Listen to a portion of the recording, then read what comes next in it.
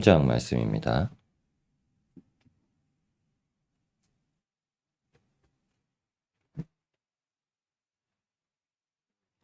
구약성경 713쪽에 있습니다. 에스라 3장 말씀입니다. 에스라 3장 1절에서 13절까지 말씀입니다. 저희 한 목소리로 봉독하시겠습니다. 이스라엘 자손이 각자의 성읍에 살았더니 일곱째 달에 이르러 일제히 예루살렘에 모인지라. 요사닥의 아들 예수아와 그의 형제 제사장들과 스알디엘의 아들 스룹바벨과 그의 형제들이 다 일어나 이스라엘 하나님의 제단을 만들고 하나님의 사람 모세의 율법에 기록된 대로 번제를 그 위에서 드리려 할세.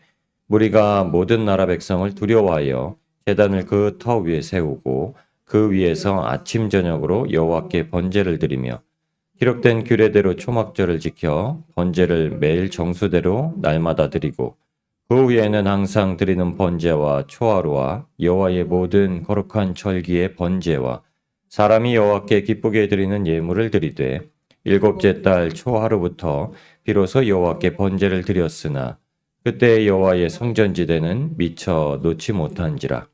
이에 석수와 목수에게 돈을 주고 또 시돈 사람과 두루 사람에게 먹을 것과 마실 것과 기름을 주고 바사왕 고레스의 명령대로 백향목을 레바논에서 요빠 해변까지 운송하게 하였더라. 예루살렘에 있는 하나님의 성전에 이른 지 2년 둘째 달에 스알디엘의 아들 스룹바벨과 요사닥의 아들 예수아와 다른 형제 제사장들과 레위 사람들과 무릇 사로잡혔다가 예루살렘에 돌아온 자들이 공사를 시작하고 20세 이상의 레위 사람들을 세워 여호와의 성전 공사를 감독하게 하매 이에 예수아와 그의 아들들과 그의 형제들과 감미엘과 그의 아들들과 유다 자손과 헤나다 자손과 그의 형제 레위 사람들이 일제에 일어나 하나님의 성전 일꾼들을 감독하니라. 건축자가 여호와의 성전의 기초를 놓을 때에 제사장들은 예복을 입고 나팔을 들고 아삽 자손 레위 사람들은 재금을 들고 서서 이스라엘 왕 다윗의 규례대로 여호와를 찬송하되 찬양으로 화답하며 여호와께 감사하여 이르되 주는 지극히 선하심으로 그의 인자하심이 이스라엘에게 영원하시도다 하니 모든 백성이 여호와의 성전 기초가 놓임을 보고 여호와를 찬송하며 큰 소리로 즐거이 부르며 제사장들과 레위 사람들과 나이 많은 족장들은 첫 성전을 보았으므로 이제 이 성전의 기초가 놓임을 보고 대성통곡하였으나 여러 사람은 기쁨으로 크게 함성을 지르니 백성이 크게 외치는 소리가 멀리 들리므로 즐거이 부르는 소리와 통곡하는 소리를 백성들이 분간하지 못하였더라. 아멘. 기도하시겠습니다. 하나님의 자녀를 모으시는 하나님 아버지, 우리의 마음을 하나로 모으소서. 말씀이 두려움을 물리치게 하시고 기쁨이 솟아나게 하여 주옵소서. 주님의 인도하심에 밝은 길을 걸어가게 하여 주시옵소서. 오늘도 주님의 말씀을 깨닫길 원합니다. 하나님께서 인도하여 주시옵소서. 거룩하신 우리 주 예수 그리스도의 이름으로 간절히 기도드리옵나이다. 아멘. 자, 오늘도 주님을 사랑하는 기쁨이 우리 모든 삶의 염려와 두려움을 몰아냄을 믿습니다. 12절 말씀입니다. 제사장들과 레위 사람들과 나이 많은 족장들은 첫 성전을 보았으므로 이제 이 성전의 기초가 놓임을 보고 대성통곡하였으나 여러 사람은 기쁨으로 크게 함성을 지르니 아멘. 이미 경험했던 자들이 대성통곡을 합니다. 이 대성통곡을 했다는 말은 너무 감격스러웠다 이런 뜻은 아닙니다. 그냥 왜 이래 어찌 이거밖에 안 되나 이런 말을 했다고 하는 겁니다. 그런데 여러 사람들은 기쁨으로 크게 함성을 질렀다고 합니다. 이제 70년의 포로 생활이 해방되고 하나님께서 다시 우리의 삶에 은혜를 베풀어 주심을 이제 고백한 거죠. 우리 삶에 하나님께서 염려를 몰아내신다고 약속하셨습니다. 요한일서 4장 18절에 주신 말씀입니다. 사랑 안에 두려움이 없고 온전한 사랑은 두려움을 내쫓나니 두려움에는 형벌이 있음이라. 두려워하는 자는 사랑 안에서 온전히 이루지 못하였느니라. 아멘. 예수님께서 십자가에서 그 사랑을 우리에게 보여주시고 하나님을 사랑할 수 있도록 하나님의 사랑이 무엇인지 깨달을 수 있도록 그래서 그 사랑을 깨닫고 모든 사람에게 나아갈 수 있게 하셨습니다. 사람에게 나아갈 때 제일 큰 장애물이 뭔지 아시죠? 그 사람을 미워하는 게 아니라요. 사람에 대한 두려움입니다. 미워함도 어떻게 보면은 이게 두려움이 만들어낸 내 이렇게 장벽이죠. 그 사람과의 허물이죠. 근데 사랑은 두려움이 없다고 얘기를 합니다. 그리고 온전한 사랑은 오히려 두려움을 내쫓는다고 합니다. 두려움이 올 때 두려움을 쫓아낼 수 있는 게 하나님의 사랑이라고 그러죠. 예수님께서 우리를 사랑하셨다는 게 모든 장벽을 허무는 사탄이 결계를 치려고 하는 그곳을 그 견고한 진을 예수님의 사랑은 다 끊어내신다고 말씀하십니다. 오늘도 주님께서 우리를 사랑하시기 때문에 우리가 못 갈 곳이 없고 안 만날 사람이 없고 못할 일이 없다는 것을 믿음으로 고백하시면서 주님과 함께 나아가시길 주님의 이름으로 축복합니다. 이스라엘의 백성들이 에스라서 2장에 보시면요. 수만의 사람들이 돌아옵니다. 어느 사람에서 수만 명이나 돌아온 사실을요. 아주 길게 기록을 해 놓았습니다. 그냥 한 절로 요약하면 많이 왔다. 이렇게 얘기를 할 수 있습니다. 그런데 많은 사람들이 돌아왔는데 각자 흩어져 삽니다. 주님께서 부르신 가장 큰 은혜 중에 하나는요. 모으신 겁니다. 그래서 예수님께서 승천하신 이후에 초대교회가 형성될 때도요. 한번 말씀을 전하면 3,000명, 5,000명 이렇게 회심을 하잖아요. 이게 한 마음으로 모으신 은혜입니다. 사도 바울이 고린도 교회에 보낸 첫 번째 서신 맨 앞장에 제일 중요하게 여겼던 것이 우리에게 주신 건 다 하나다. 말씀도 하나요. 뜻도 하나요. 우리가 행해야 될 사명과 목적도 하나요. 주님이 주신 사랑도 하나요. 주님이 보내신 보혜사 성령님도 한 분이시라. 근데 각자 흩어져 살고 있었다는 거예요. 여러분 이게 우리에게 주신 말씀입니다. 교회로 모이면 교회가 가지고 있는 어떤 그런 정체성이 있어야 됩니다. 우리 교회는 뭐가 이렇게 목표예요. 당연히 그냥 예수 그리스도를 전하는 게 교회마다의 목표겠죠. 근데 그 주님을 사랑하는 것으로 보여집니다. 주님을 사랑하는 게 있기 때문에 용납이 되고 연합이 되고 이해가 되고 내 것을 거두기도 하고 또한 바른 것을 오히려 주장하여서 그것을 하기를 이 형제 자매들에게 강권하기도 하고 그래서 누가 죄 지은 형제를 보거든 가서 먼저 권면하라고 그러죠. 그게 안 되면 두세 사람이 같이 가래요. 두세 사람이 어떻게 같이 가겠습니까? 마음이 안 맞으면 같이 못 가죠. 근데 같은 마음으로 가서 얘기해 줄 수 있다는 거예요. 그게 안 되면 교회에다 얘기를 하라는 거예요. 교회는 그 마음, 같은 마음이라는 거예요. 그러니까 그 잘못된 길을 얘기를 하고 그게 안 되면 이방인처럼 여겨라. 왜냐하면 이 한 마음으로 두신 하나님의 그 사랑 안에 들어오지 못한다면 참 힘들고 어렵다는 얘기죠. 그럼에도 불구하고 베드로에게 주셨던 말씀이죠. 7번만 용서하고 끝나는 게 아니라 무수히 용서하라고 얘기를 하시는 겁니다. 그게 하나님의 사랑이죠. 그게 두려움이 없는 겁니다. 근데 우린 솔직히 많은 두려움을 마주하고 살아갑니다. 순간순간 놓치게 되는 예수님의 사랑. 그래서 그 순간 더 아주 굳건하게 예수님의 사랑을 붙들고 말씀을 붙들고 십자가를 붙들고 서 있을 때 하나가 되는 은혜 그리고 두려움을 내쫓고 기쁨이 차고 넘치는 은혜가 우리의 삶에 넘치게 되는 줄 믿습니다. 백성들이 각자의 자리에 살고 있으니까 이게 이루어지지 않는 사건이 되어진 거죠. 그래서 이제 7월 달이 되어서야 7월 달은 초막절입니다. 여기도 초막절이라고 기록되어 있죠. 하나님께서 주신 모든 결실의 열매를 거두어다가 저장하는 절기입니다.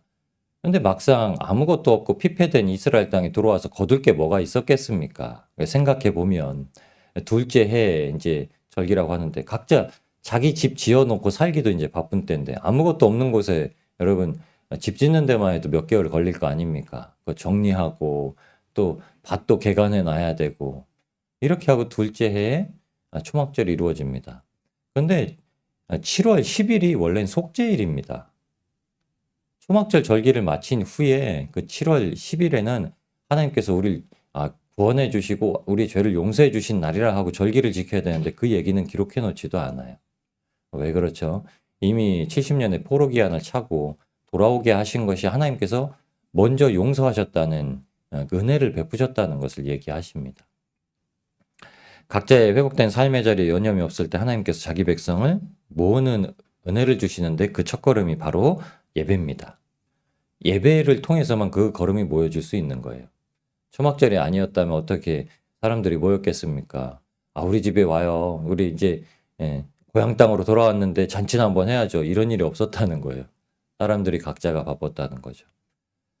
예수님께서 승천하신 이후에 제자들이 자발적으로 솔로몬의 행각, 그러니까 성전 안에 예배를 두는 자리를 모았습니다. 마가의 다락방에 모인 게 아니라요. 예배를 어디서 드렸냐면 그들이 유대인이기 때문에 예수님을 믿고 주님의 은혜를 받았지만 하나님의 말씀대로 성전 안에 들어가서 예수님께 예배를 드렸습니다.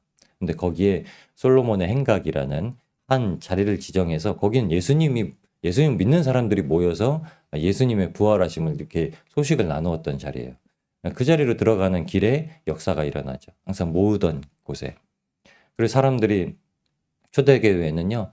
항상 성전에 모이기를 힘쓰고 집에서 떡을 떼며 기뻐하면서 말씀을 나눴던 기록을 사도행전에도 기록을 해두셨습니다. 그 기쁨을 하나님께서 허락을 해주신 거죠. 아무것도 이제 가진 게 없어도 이스라엘 백성들이 가진 게 없고 거둔 것이 없고 해도 하나님께 풍요로운 결실을 맺게 해드리는 감사와 기쁨을 예배로 드린 겁니다. 없어도 초막절로 하나님께 영광을 드린 거죠. 그런데도 이스라엘 백성이 어떻게 하냐면요. 두려워해서 단을 쌓습니다. 오늘 말씀에 보면요. 모든 나라가 두려워서 단을 쌓았다고 얘기합니다. 그러니까 뭐 눈치 보면서 예배 드렸다는 거예요. 로마의 대화재가 난 이후에 이제 그리스도인들이 핍박을 받기 시작해서 카타콤이라고 해서 이제 지하 동굴을 만들어 놓습니다.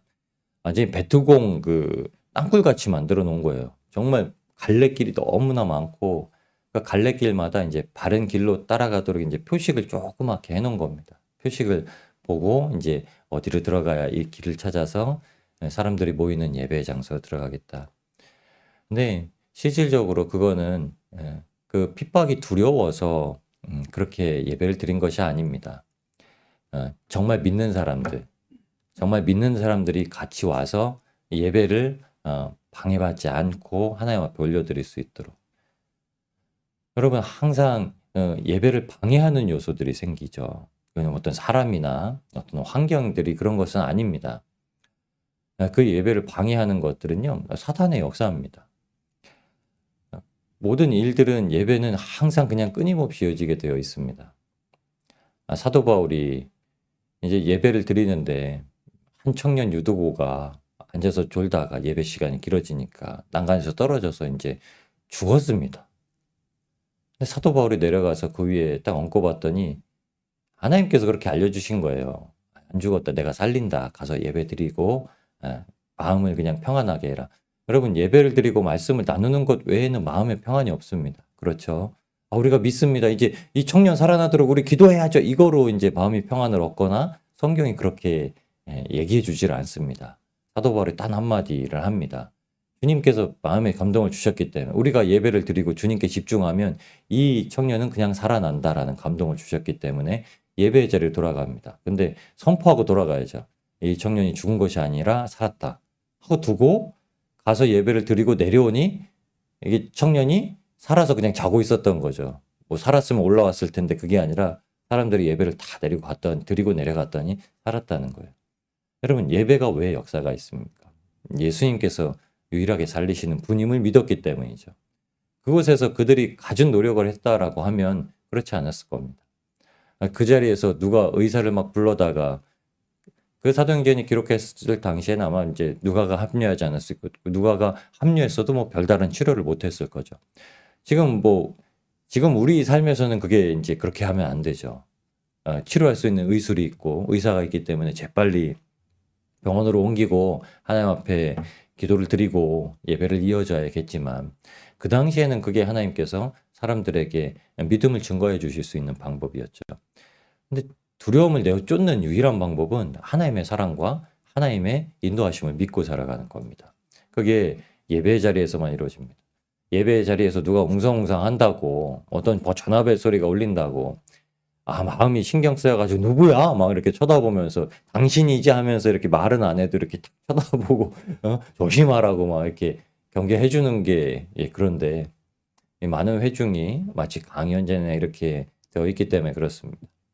오히려 그런 거는 개인의 중심을 잡고 조심해야 될 것이지만 그거를 이상한 것으로 듣거나 이상한 것으로 우리의 마음에 영향을 받아서는 안 되는 거죠.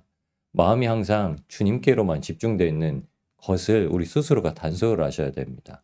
예배 자리뿐만이 아니라 우리 삶의 자리에서도 그러시죠.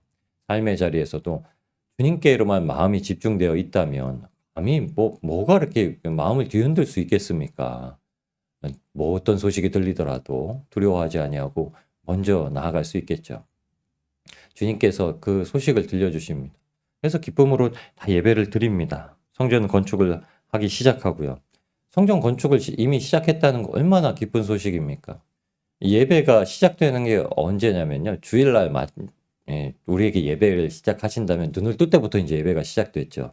눈을 뜰 때부터 하루를 또 시작하게 하시면 감사드리고 이제 나 이제 교회 예배 드리러 가야지 하면서 여러 가지 손길들로 준비하시고 함께 나눌 음식도 준비하시고 또 오늘 하나님 앞에 이제 정결하게 보이도록 깨끗하게 또 세안도 하시고 옷도 오늘은 뭐 입고 가지 하나님 앞에 정갈하게 모여 드려야 하면서 옷도 준비하시고 나서서 이제 차를 끌고 오실 때도 이제 그날은 주일이니까 다른 날과는 다르게 안전운전도 하시고 다른 사람 용서도 하시고 뭐 끼어들게 해도 용서도 하시고 그러고 이제 주일에 오시잖아요. 이미 예배가 시작된 겁니다. 이미 마음이 준비되었기 때문에 이미 예배를 드릴 마음이 준비되었다는 게 예배가 시작되었다는 거죠. 그러니까 그게 어떻게 하냐면요. 사람을 조급하지 아니하게 하고 분주하지 아니하게 하고 합니다. 마르다에게 주셨던 마음이 분주함이었죠. 예수님께 예배를 드리는 자리였는데 분주함이었던 거죠. 여러분 막 마음이 급할 때 그 급한 마음을 내려놓고 주님을 바라보시는 게 우리의 삶의 자리에서 드리는 예배인 줄 믿습니다. 분주하면 절대 기쁘질 못해요. 너무 바쁘고 많이 다 까먹어요. 그거 하는 데에만 모든 초점이 맞춰 있죠. 근데 분주함을 내려놓으면 좀 괜찮아. 너무 급하게 막 준비하는 마르다에게도 그래서 예수님께서 이 위로의 말씀을 주시죠. 마르다야 한 가지만 해도 돼. 한 편만 선택하는 게 좋아. 이 말을요, 너 마리아처럼 그냥 이 발치에 앉아라 얘기도 아니고 그냥 빵 하나만 구워. 이 말로도 하나님 예수님께서 위로해 주지 않으셨겠습니까? 너무 많이 안 준비해도 네가 하는 모든 건 난 좋단다. 그냥 한 가지만 해줘. 괜찮아. 그 말에도 그냥 마르다가 그 분주함을 내려놓고 그냥 여유를 갖지 않았겠습니까? 주님께서 우리의 삶에도 얘기하십니다. 그러니까 기뻐하는 것만으로 충분하다고 얘기하십니다. 이전의 영광이 뭐가 그렇게 좋겠습니까? 예수님께서 제자들에게 말씀하시는 거죠. 이 들의 백합화가 자라는 것이 솔로몬의 모든 영광으로도 입은 것이 이 꽃 하나만 갖지 못한다라는 말씀을 주십니다. 하나님의 모든 창조하심과 우리의 길을 인도하시면요. 솔로몬의 영광보다 더 큰 영광을 돌릴 수 있도록 우리의 삶에 두셨다는 겁니다. 우리가 조금 느리게 걷더라도 우리가 조금 그 일에 좀 부족하게 하더라도 주님을 먼저 생각한다면 주님께 맡겨드린다면 그리고 그것 때문에 그냥 온전히 그 자리를 기뻐하신다면 하나님께서 영광을 받으시는 줄 믿습니다. 그래서 이 소리가 분간하지 못했대요. 사람들은요. 이게 슬퍼하는 소린 대성통곡을 하는 소리인지 하하하하 웃는 소리인지 분간하지 못했다는 거예요. 아마 사람들은 이 죄의 속성은 기뻐하는 소리보다 슬퍼하는 소리를 더 아마 잘 듣게 될 겁니다. 그런데도 분간하지 못했다는 건 기뻐하는 소리가 뒤덮었다는 얘기겠죠. 하나님의 은혜가 우리의 삶에서 주님을 만나서 주님께서 인도하시는 길을 걸어가는 기쁨이 우리가 근심하고 염려하고 걱정하는 것을 뒤덮고 오직 하나님을 향해서 더욱더 담대하게 나아가게 하실 줄 믿습니다. 오늘도 이스라엘 백성들이 모여서 아무것도 없는 와중에도 주님께 예배를 드리며 감사를 올리고 슬퍼하기보다는 오히려 기쁨이 그 소리를 덮고 하나님 앞에 나아갔던 것처럼 우리의 성전의 기초가 우리의 반석 대신 저 흠모할 것이 아무것도 없다라고 성경에 기록된 그 예수님이 이 세상 무엇보다도 흠모되고 사랑으로서 바라봐지는 복된 하루가 되기를 우리를 사랑하셔서 부르신 예수님의 이름으로 축복합니다. 저희 함께 기도하시면서 나아가시겠습니다. 주님께서 오늘도 크신 은혜로서 인도하여 주심에 감사를 드립니다. 사랑이 많으신 아버지 하나님, 오늘도 하나님의 은혜를 바라보고 서 있습니다. 사랑은 두려움이 없고 온전한 사랑은 두려움을 내어 쫓습니다. 우리가 인생에서 가진 모든 염려를 쫓아내 주시는 주님으로 의지합니다. 마음을 근심하게 하는 모든 짐을 십자가에 내려놓고 주님과 함께합니다. 성전의 기초만 보아도 마음이 감격한 것처럼 오늘도 예배를 드리는 복된 시간 누리게 하여 주옵소서. 주님과 함께하며 모든 일을 이끄시는 주님을 따라가겠습니다. 주님께서 인도하시고 역사하여 주시옵소서. 우리 주 예수 그리스도의 이름으로 간절히 기도드리옵나이다. 아멘. 우리 주님의 이름 한번 부르시고 함께 기도하시면서 나아가시겠습니다. 주여, 하나님 아버지, 오늘도 주님의 크신 은혜와 사랑에 감사를 드립니다. 주님, 성전의 기초만 세워줘도 기쁨을 바라보게 하여 주시옵소서. 다른 것은 없습니다. 오직 주님께서 우리의 삶의 자리로 인도하시는 그 한 가지밖에 없습니다. 주님께서